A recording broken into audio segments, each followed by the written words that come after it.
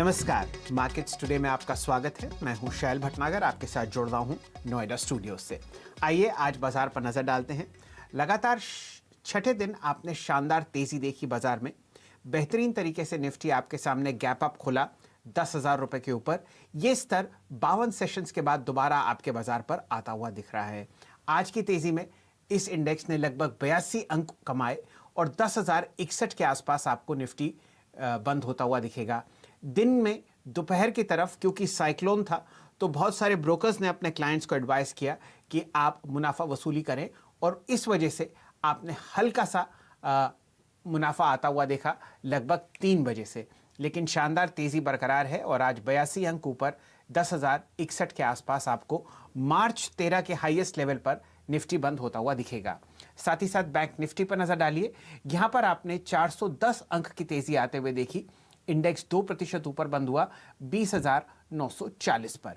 Intraday levels अगर आप देखें तो बैंक निफ्टी पर लगभग 1,000 पॉइंट की तेजी थी और वो धीरे धीरे आखिर में हल्की सी मुनाफा वसूली के साथ 600 पॉइंट काटे गए और लगभग आपने 410 अंक की तेजी आते हुए देखी आखिर तरफ। सेंसेक्स की तरफ नजर डालेंगे तो वहां पर भी आपने इसी तरीके की तेजी देखी, लगभग 1% ऊपर 284 अंक के फायदे के साथ 34,110 पर आपको सेंसेक्स बंद होता हुआ दिखेगा। आज बहुत शानदार आपने ट्रेडिंग होती हुई देखी। अगर आप ट्रेडिंग रेंजेस की तरफ ध्यान दें तो निफ्टी के हाई और लो के बीच में लगभग 141 पॉइंट का दायरा था। अगर आप पिछले 9 ट्रेडिंग सेशंस देखते हैं तो लगभग आपने 1300 अंक की बढ़त निफ्टी पर आते हुए देखी है। बैंक निफ्टी पर आपने लगभग 4,000 पॉइंट की रैली आते हुए देखी है पिछले 9 सेशंस में और यहां पर आपने 21% की तेजी आते हुए देखी है। ट्रेडिंग रेंजेस बैंक निफ्टी पर दिन के हाई और लो के बीच में थी 800 पॉइंट। ये इंडेक्स एक्चुअली गैप अप खुला था। एडवांस डिक्लाइन रेशियोज पर नजर डालिए, बहुत ही सही तरीके से बुल्स का कंट्रोल पूरे मार्केट पर बरकरार है। आज निफ्टी में 50 में से 34 शेयर्स आपको हरे निशान में बंद होते हुए दिख रहे हैं। सुबह का आंकड़ा ये था लगभग 42। हल्की सी मुनाफा वसूली की वजह से कुछ एक्स्ट्रा शेयर्स थे जो आपको लाल निशान में बंद होते हुए दिखे।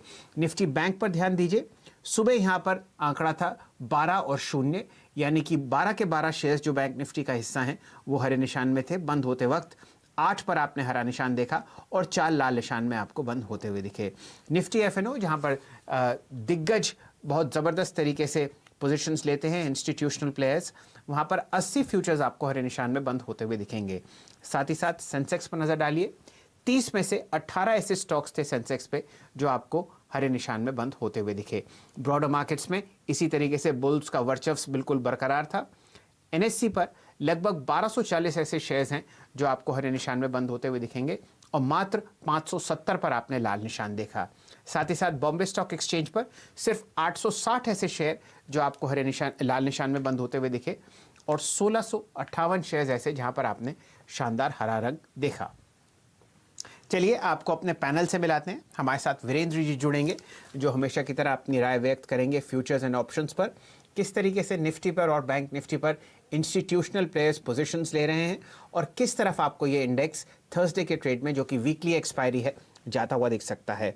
वरुण जी हमारे साथ जुड़ेंगे, वो आपके साथ शेयर करेंगे निफ्टी का 10,000 से 10,000 का सफर। पिछले 52 सेशंस में कौन कौन से सेक्टर्स और इंडिसेस ने आउट परफॉर्म और अंडर परफॉर्म किया है। दीपाली जी आपको बताएंगी पीएसयू की शानदार रैली के बारे में और साथ ही साथ यतिन हमारे साथ जुड़ेंगे, वो आपको डीलिंग रूम चेक देंगे। हमेशा की तरह हमारे आज के गेस्ट हैं राजेश पालविया साहब, एक्सिस सिक्योरिटीज में शानदार तरीके से चार्ट्स पढ़ते हैं। पहले वीरेंद्र जी से शुरू करते हैं। वीरेंद्र जी बताइए आज क्या हुआ एफएनओ में? लगातार छठे दिन आपने तेजी देखी है निफ्टी और बैंक निफ्टी में, किस हिसाब से पोजिशनिंग हो रही है कॉल्स और पुट्स में इन दोनों इंडिसेस की?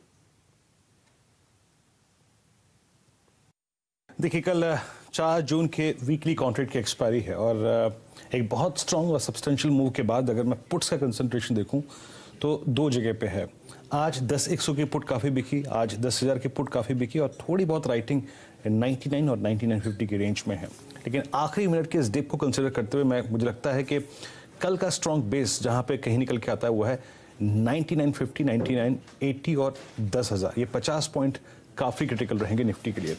जहाँ तक ऊपर का सवाल है रेजिस्टेंस का, 10-200 की कॉल में सबसे बड़ा आउटस्टैंडिंग हुआ है 21,56,000 का, जो कि इंडिकेट करता है कि आज का हाई और 10-200 यानी 10,180 10,200 एक रेजिस्टेंस के तौर पे काम करेगा। ये 250 पॉइंट की चैनल। निफ्टी बैंक थोड़ा सा वाइल्ड रह सकता है।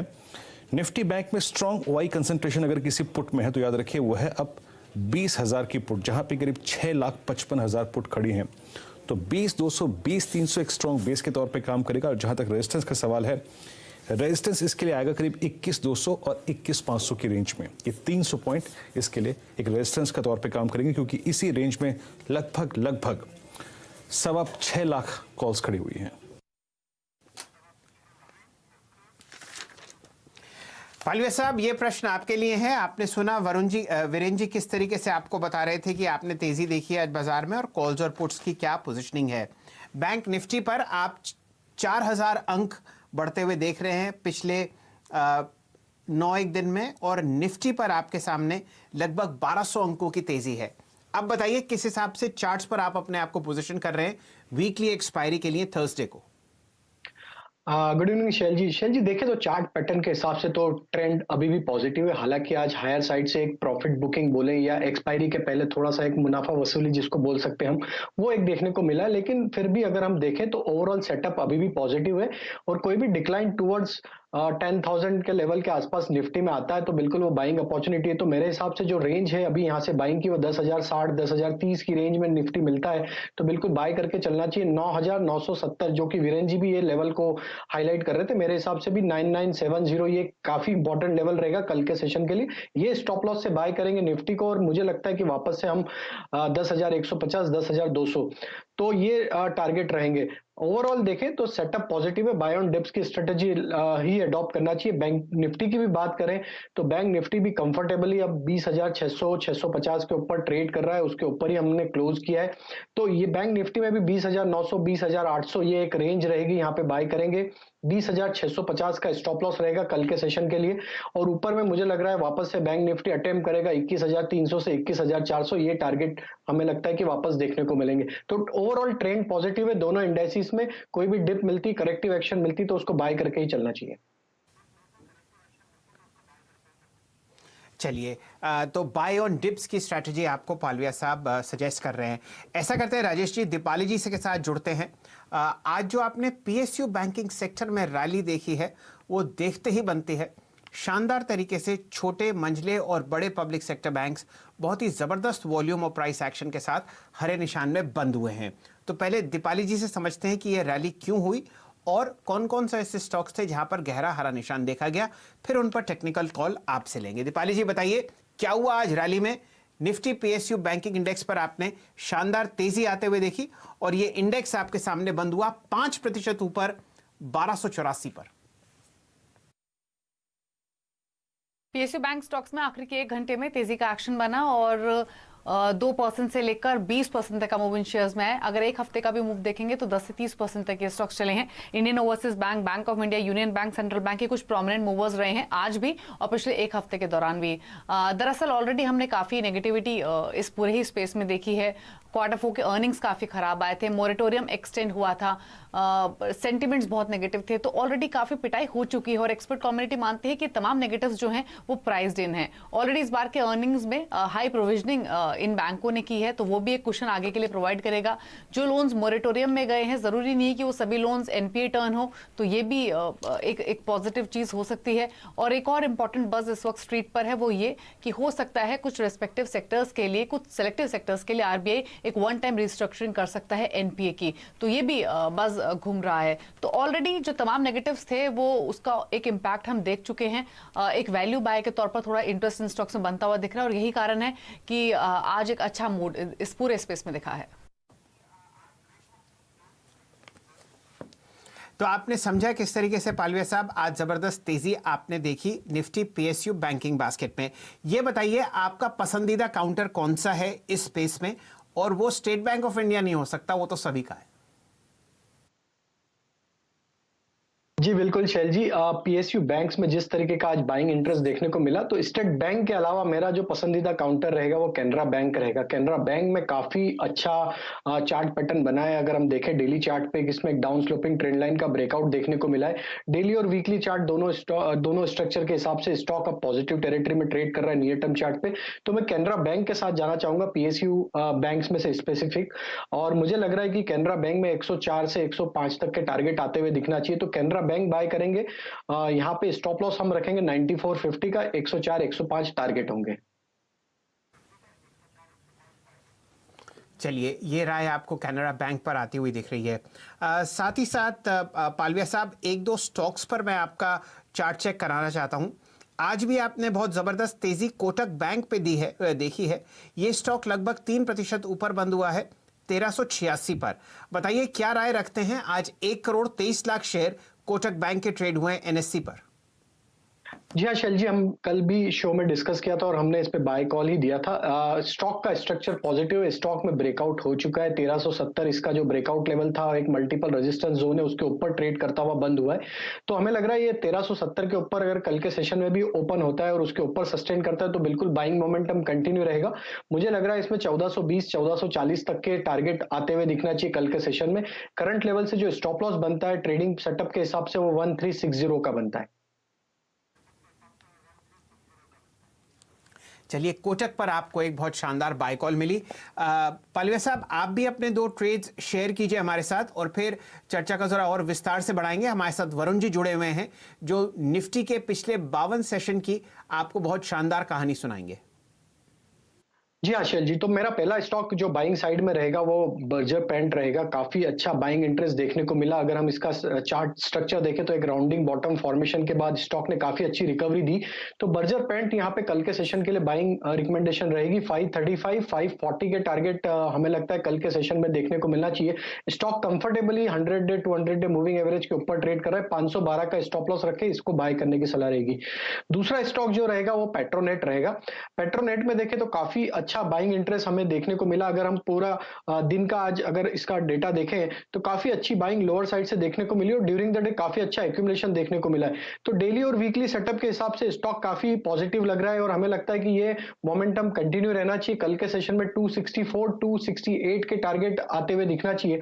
249 का स्टॉप लॉस रख के पेट्रोनेट बाय करेंगे।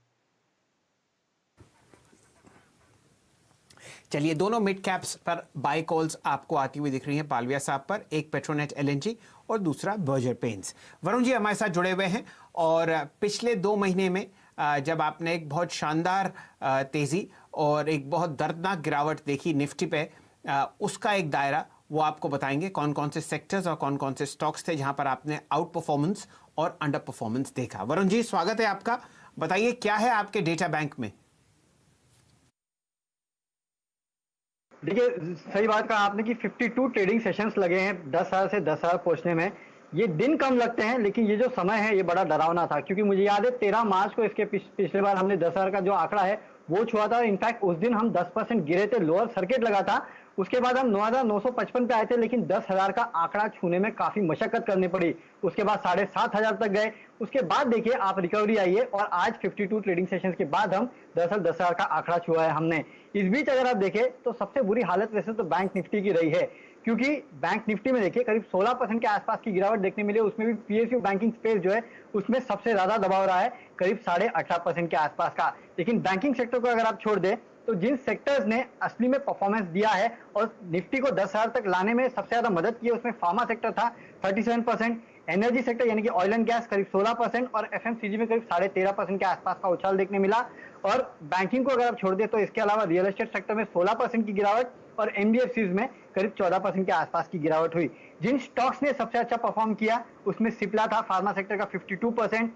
दिग्गज रिलायंस ने देखिए 41% की रैली दिखाई है पिछले 10,000 से इस 10,000 निफ्टी लाने में। तो सबसे बड़ा कंट्रीब्यूशन जो है रिलायंस का रहा है। इसके अलावा डॉक्टर रेड्डीज, ओएनजीसी, ब्रिटानिया में अच्छी तेजी देखने मिली है। लेकिन जिन काउंटर पर दबाव है उसमें देखिए बजाज ट्विंस से बजाज फाइनेंस, फिनसर्व, इसके अलावा इंडसइंड बैंक में 45% की गिरावट, एसबीआई और एक्सिस बैंक यानी कि बैंकिंग और एनबीएफसी काउंटर्स ने सबसे ज्यादा दबाव बनाया है। लेकिन एक बात और बताना चाहूंगा कि इस पूरी रैली में सबसे ज्यादा अगर कमाई किसी ने की है तो डीआईएस ने की है, क्योंकि 13 मार्च के बाद से अब तक DIS ने करीब 40,000 करोड़ रुपए के आसपास की खरीदारी की है, जबकि FIIs ने करीब 17,500 करोड़ रुपए के आसपास की बिकवाली की है। तो इस पूरी रैली में सबसे आगे बढ़ के जिसने पैसा लगाया और जिसने पैसा कमाया तो वो DIS थे। 52 ट्रेडिंग सेशन जरूर लगे हैं, लेकिन ये ट्रेडिंग सेशन थोड़े डरावने भी थे, ये भी आपको याद रखना पड़ेगा। चलिए, बहुत ही शानदार आंकड़े हैं और आपने देखा कि कुछ ऐसे स्टॉक्स थे जहां पर आपने शानदार तेजी आते हुए देखी। आपकी राय लेंगे पालविया साहब दो स्टॉक्स पर, सिप्ला और रिलायंस इंडस्ट्रीज के पीछे एक बहुत बड़ी खबर भी है, उसके बारे में थोड़ी देर में चर्चा करेंगे जब यतिन जी हमारे साथ जुड़ेंगे। लेकिन सिप्ला पर राय लेते हैं। टॉप परफॉर्मिंग स्टॉक था ये निफ्टी में पिछले 52 सेशंस में। पालविया साहब, चार्ट्स पर फिलहाल आपको कैसा लग रहा है? देखिए शैल जी, स्टॉक का सेटअप तो पॉजिटिव है। स्टॉक ब्रेकआउट लेवल के ऊपर ही सस्टेन किया हुआ है। पिछले 2 वीक से देखें तो स्टॉक एक नैरो रेंज में ट्रेड कर रहा है। तो ओवरऑल अगर हम सेटअप की बात करें तो स्टॉक का सेटअप पॉजिटिव है। 630 का लेवल काफी इंपॉर्टेंट है। ये लेवल से स्टॉप लॉस से बिल्कुल बाय पोजीशन बनाई जा सकती है। और जिस तरीके से इसमें कंसोलिडेशन हो रहा है, हमें लग रहा है कि ये स्टॉक हायर साइड पे ब्रेकआउट देगा। तो जैसे स्टॉक में 650 का ब्रेकआउट होगा, ये स्टॉक 680 690 की तरफ मूव करेगा। 630 के स्टॉप लॉस से बाय करेंगे। उसके शॉर्ट टर्म टारगेट होंगे वो 690 के होंगे। चलिए, 690 की पोजिशनल कॉल आपको सिप्ला पर आती हुई दिख रही है। ऑलरेडी ये 52 हफ्ते के हाईज पर फिलहाल ट्रेड करता हुआ आपके सामने 641 रुपए पर बंद होता हुआ आपको दिखेगा। चलिए जरा इस चर्चा को और बढ़ाते हैं। आज बहुत शानदार आपने तेजी मिड कैप्स में भी आती हुई देखी। ये बताइए पालविया साहब, किस हिसाब से आप मिड कैप सेक्टर को देख रहे हैं? कौन कौन से आपके पसंदीदा काउंटर्स होंगे? और अगर आपको एक स्टॉक चूज करना हो बर्जर पेंट्स और खासकर पेट्रोनेट LNG के अलावा, आप किस पर अपनी मोहर लगाएंगे? शैल जी, मैं बैंकिंग स्पेस से मिड कैप बैंक में RBL बैंक मुझे काफी अट्रैक्टिव लग रहा है। जिस तरीके से आज इसमें एक ओपन इंटरेस्ट बढ़ते हुए दिखा है और स्टॉक ने आज हायर साइड से थोड़ा सा प्रॉफिट बुकिंग जरूर आया, लेकिन मुझे लग रहा है कि ये स्टॉक में जिस तरीके से एक्यूमुलेशन हुआ है लोअर साइड से, ये स्टॉक में एक अच्छी बड़ी रैली यहां से बन सकती है। तो 130 के आसपास RBL बैंक क्लोज हुआ है। 126 के स्टॉप लॉस से RBL बैंक बाय करेंगे और हमें लग रहा है कि इसमें जो टारगेट आते हुए दिखना चाहिए एक या दो ट्रेडिंग सेशन में 145 से 150 तक टारगेट इसमें अनफोल्ड होते हुए दिखना चाहिए। चलिए, आज आपके सामने लगभग 690 करोड़ के टर्नओवर के साथ आपको RBL बैंक बंद होता हुआ दिखा, लगभग 130.75 पर, 2.8% ऊपर। और ये सबसे ज्यादा ट्रेडेड काउंटर था निफ्टी के मिड कैप 100 इंडेक्स में। एक राय और दीजिए पालविया साहब, एस्कॉर्ट्स पर ध्यान डालिए। यहां पर आपने 4 डिजिट का प्राइस भी आते हुए देखा और 972 रुपए के आसपास ये स्टॉक बंद हुआ है। शानदार रैली इस काउंटर में हम लोग देख रहे हैं पिछले 1 महीने से। क्या ये ओवरबॉट है या यहां पर कोई आप ट्रेड सजेस्ट करेंगे लॉन्ग साइड पर? देखिए शैल जी, अगर सेटअप देखें तो सेटअप तो पॉजिटिव है स्टॉक में। हालांकि रैली वर्टिकल राइज इसमें देखने को मिला। स्ट्रेट मूव देखें तो स्टॉक ने पिछले 4-5 वीक में काफी बड़ी तेजी कर ली है। थोड़ा सा अगर कूल ऑफ एक्शन आता भी है तो इसको बाय ऑन डिप्स की स्ट्रेटेजी अडॉप्ट करना चाहिए। और स्टॉक में जब तक अब ये 930 रुपए के ऊपर ट्रेड करता है तो बिल्कुल बाय ही करेंगे, इसको बाय ऑन डिप्स की स्ट्रेटेजी रखेंगे। हमें लगता है कि आगे आने वाले टाइम में वापस ये 4 डिजिट में स्टॉक ट्रेड करता हुआ दिखेगा। 1050 तक के टारगेट भी अनफोल्ड होते हुए दिखेंगे। तो मेरे हिसाब से थोड़ा सा अगर करेक्टिव मूव मिलता है तो वो काफी अच्छा रहेगा रिस्क रिवॉर्ड के हिसाब से। 930 के जितना नजदीक आए वहां पे बाय करें और ऊपर में वापस लगता है हमें कि 1050 तक के टारगेट दिखाता हुआ दिखेगा। चलिए, ये राय आपको मिल रही है एस्कॉर्ट्स पर। फिलहाल एक ब्रेक लेने का समय हो चुका है। बहुत शानदार आपको कॉल्स मिली हैं पालविया साहब के साथ। उनको हम लोग थोड़ी देर में रिपीट करेंगे, लेकिन आप हमारे साथ जुड़े रहिए। ब्रेक के बाद हमारे साथ देंगे यतिन जी, जो एक से एक बेहतरीन आपको कॉल्स देंगे कल के सत्र के लिए, वो जहां पर ब्रोकर्स अपने HNIs और इक्विटी स्ट्रैटेजिस्ट अपने इंस्टीट्यूशनल क्लाइंट्स को एडवाइस कर रहे हैं पोजीशंस लेने की लॉन्ग या शॉर्ट साइड पर। जुड़े रहिए हमारे साथ, थोड़ी देर में हम हाजिर होते हैं।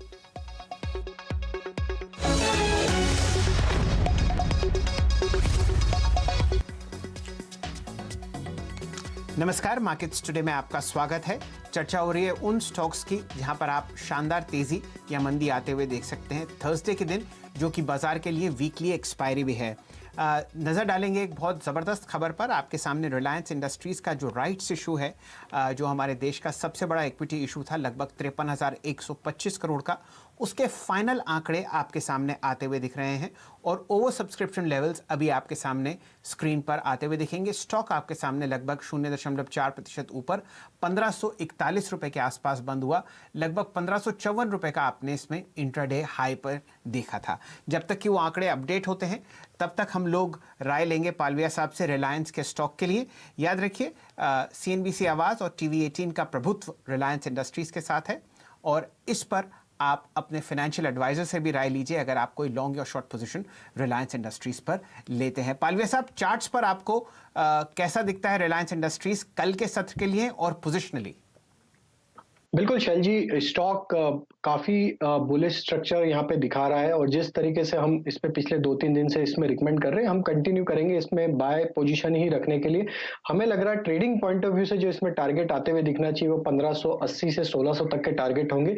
पोजिशनली मुझे लगता है कि स्टॉक एक बार इसका जो प्रीवियस ऑल टाइम हाई था वो क्रॉस करेगा, उसके बाद स्टॉक में 1750 तक के भी टारगेट अनफोल्ड होते हुए दिखेंगे। थोड़ा सा पोजिशनल होल्ड करेंगे तो मुझे लग रहा है कि ये जून सीरीज में कम से कम 1620 से 1640 तक की रैली इसमें कंटिन्यू रहेगी। कल के सेशन के लिए मुझे लग रहा है 1580 तक का इसमें अपमूव कंटिन्यू रहना चाहिए। अभी यहां से जो स्टॉप लॉस बनता है ट्रेडिंग का वो बनता है 1515 का, तो 1515 के स्टॉप लॉस से बाय करेंगे, 1580 के target trading point of view से रखेंगे। चलिए, सारे डेटा फिलहाल मेरे सामने हैं। 1.6 गुना ओवर सब्सक्राइब हो चुका है रिलायंस का राइट्स इशू। कुल मिला के 53,125 करोड़ रुपए जमा करने थे और आप ये समझिए कि लगभग 55 करोड़ शेयर्स की डिमांड आपको BSE पर आती हुई दिखी है और 11.8 करोड़ शेयर्स की डिमांड NSE पर आती हुई दिखी है। कुल मिलाकर 66.8 और 42.26 करोड़ शेयर्स जो थे वो ऑफर पर थे। 4 बजे तक ये 1.6 गुना सब्सक्राइब हो चुका है। यतिन जी हमारे साथ जुड़े हुए हैं। यतिन जी बताइए, क्या आपको आवाज आती हुई दिख रही है रिलायंस के राइट्स इशू पर और कौन से 2 या 3 ऐसे स्टॉक्स हैं जहां पर आप और आपके ब्रोकर्स एडवाइस कर रहे हैं लॉन्ग या शॉर्ट पोजीशंस के लिए? देखिए शैलेंद्र जी, रिलायंस के राइट्स इशू की खूबी ये थी कि सारा का सारा जो राइट्स इशू था उसका अंडरराइटिंग जो है, इन केस अगर इशू नहीं भरता है तो वो प्रमोटर्स पे था और प्रमोटर्स लगभग 50% हिस्सेदारी इसमें रखते हैं। तो 50% ऑफ 42 करोड़ यानी कि लगभग 21 करोड़ शेयर्स जो है प्रमोटर्स के हिस्से के थे। लेकिन अगर आप NSE और BSE का डेटा देख लें, 5 बजे का भी शैलेंद्र जी अपडेट हुआ है लेकिन ज्यादा चेंज नहीं हुआ है। लगभग 55 करोड़ शेयर BSE पे हैं और 12 करोड़ शेयर NSE पे बिड हुए हैं। तो कुल मिला के लगभग 67-68 करोड़ शेयर्स बिड हुए हैं और इशू साइज जो थी लगभग थी 42.2। तो ये अगर आप गणित कर ले तो लगभग 1.6 गुना, मतलब 1.5 गुने से ज्यादा का ओवर सब्सक्रिप्शन हुआ है। फाइनल आंकड़े जैसे ही तैयार होंगे हम बताएंगे, लेकिन कुल मिला के ये ओवर सब्सक्रिप्शन ऐसे चैलेंजिंग एनवायरनमेंट में जहां लॉकडाउन है, जहां काफी सारी बैंक्स को आजबा एप्लीकेशन प्रोसेस करने में वक्त लगा, ये 60% जो ओवर सब्सक्रिप्शन है over and above the issue size काफी अच्छा माना जा रहा है ब्रोकरेज सर्कल में। और अगर आप आगे चलते हुए देखें तो न्यूज रिपोर्ट्स भी ये सजेस्ट करती हैं कि आगे चलते हुए जियो प्लेटफॉर्म्स की ओवरसीज लिस्टिंग और जियो प्लेटफॉर्म्स की फर्दर स्टेक सेल हो सकती है। तो आगे चलते हुए भी काफी सारे ट्रिगर्स हैं रिलायंस इंडस्ट्रीज के लिए, जिसके हिसाब से यहाँ हमको काफी जबरदस्त इंटरेस्ट देखने को मिला है। खैर, ये हुई बात रिलायंस इंडस्ट्रीज के राइट्स इशू की, लेकिन अगर आप डीलिंग रूम्स की रिकमेंडेशन देखें आज की, तो एक सेल रिकमेंडेशन, 2 बाय रिकमेंडेशन थी।